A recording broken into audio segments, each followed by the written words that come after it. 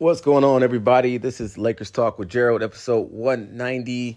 We are going to talk about the Lakers' victory against the Golden State Warriors last night. Man, it was double overtime, like thriller game, lots of back and forth. It was one of those games where you're like sweating, man. You think the Lakers got it in the bag, and then they don't. Yeah, it was that type of game, man. Well, let's just talk about the score. It was 145 to 144. That's a crazy high scoring game. Man, it was one of those. I was at the bar. It's one of those ones that like, okay, I'm gonna go out to eat. I'm gonna go someplace where they got a TV on. I know the Lakers are playing. Let me try to see if I can catch the end of the game. And be honest, it was literally as I walked in the bar, it was only 3 minutes left in the game. And I saw the TV was on one screen. It wasn't even at the bar. So I kind of just stood in place watching that TV screen, thinking to myself like, okay, it's only 3 minutes left. It's a close game. Last time I checked, when I was on the way to the bar, I looked at the score and the Lakers were down by 9 in the fourth quarter with maybe like 5 or so minutes left. And I'm like, oh man, that sucks. Hopefully the Lakers can come back and do something. But, I proceeded to, head to the bar. And when I got there, I was shocked and surprised to see that the Lakers were up by 1 point with, actually, no, it was about a minute left in the game, something like that, right?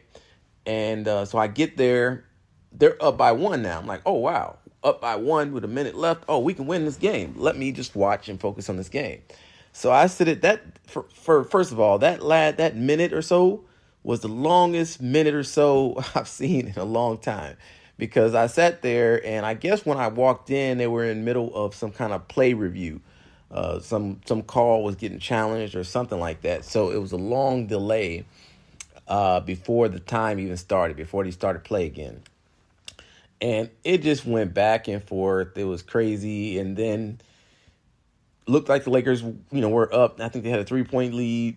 Next thing you know, it goes into overtime because Curry, goes and scores.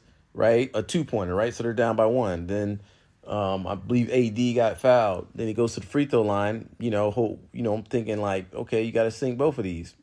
He only made 1, so now they're down by 2. And then Curry kind of like ran around. AD was guarding him, and he was just so fast. He was like, he got to the rim, scored, ties the game up. It goes to overtime, and I'm not going to go into detail both overtimes, but it was a thrilling game. The biggest part, the funnest part to me is that being at the bar, being in that atmosphere where multiple people are watching the game. I thought I was the only one watching the game, to be honest. And then, it wasn't until I heard the reaction of a couple other people when certain plays happened and the excitement of the game kicked in. And so it was cool going back and forth and kind of sharing excitement with other people that were either Lakers fans or not Lakers fans. Shout out to Adam, by the way. If you listen, you checking this out. He's a Knicks fan, but we had some good back and forth banter talking about different things, talking about the Lakers game, talking about this and that, and the Knicks and just history of the game and stuff like that. So that was dope. But man, I remember at one point Curry hit a 3. I think it was in the second overtime. So it got them Golden State Warriors up by 1 at the time. And I said something to the effect of, as I'm back and forth with these guys, I'm like, man, I said, it will be dope if D'Angelo Russell comes back and hit a 3. If D'Angelo does that at this high pressure moment when the Lakers need it, that would be dope. This would be the perfect time.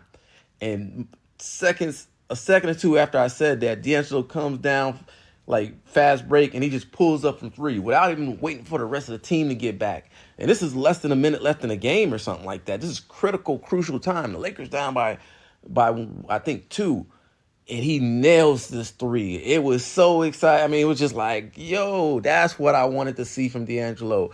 And I just called it. I just said it because, man, I needed that. I need to see D'Lo shine, and it was also after talking with, going back and forth and talking, I think it was with Adam, right at the bar, right? The Knicks fan. Going back and forth with him talking about how D'Angelo Russell, for him to play well, he needs confidence, right? And confidence in the coach playing him starter minutes. He's a starter, right? So once you establish him as a starter and playing well, you can't just bench him and take away his minutes and fluctuate. It's consistency that he needs, right? He needs consistency with his minutes, with his playing time, and knowing that you got him. You ain't going to take him out, and fluctuate his minutes. In these last 8 or 9 games, D'Angelo Russell has been going on a tear, like averaging over 27 points a game, over 60% from three-point range, give or take. He's just been balling out of control, right?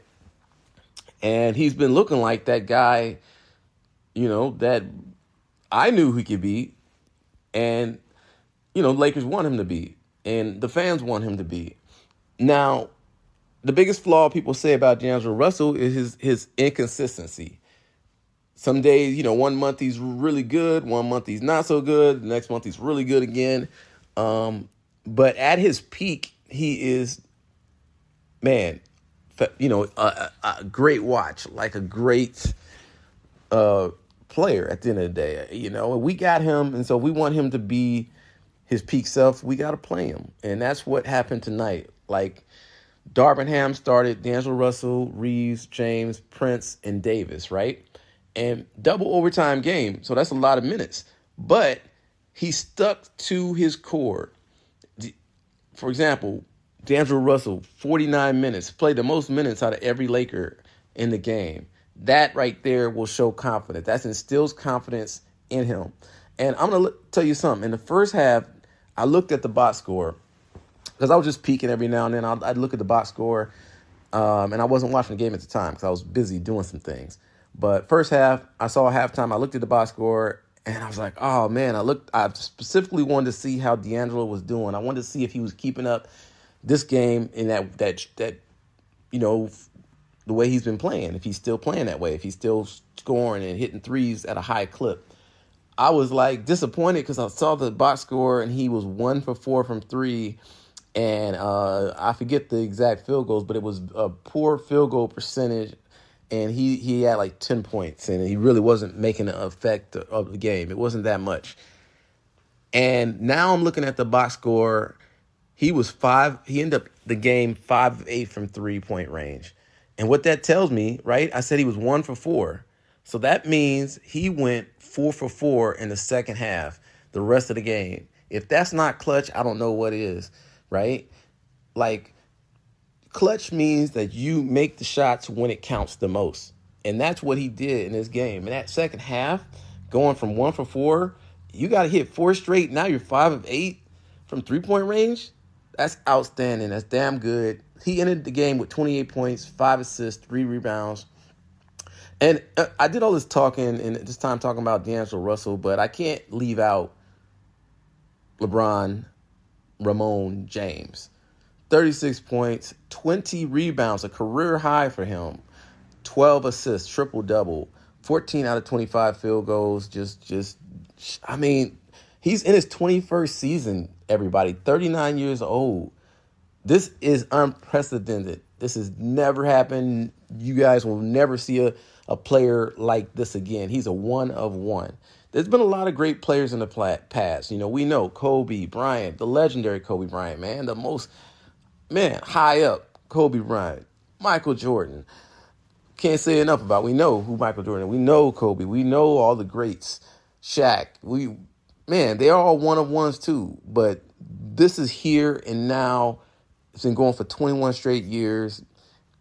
I just had to let it be known.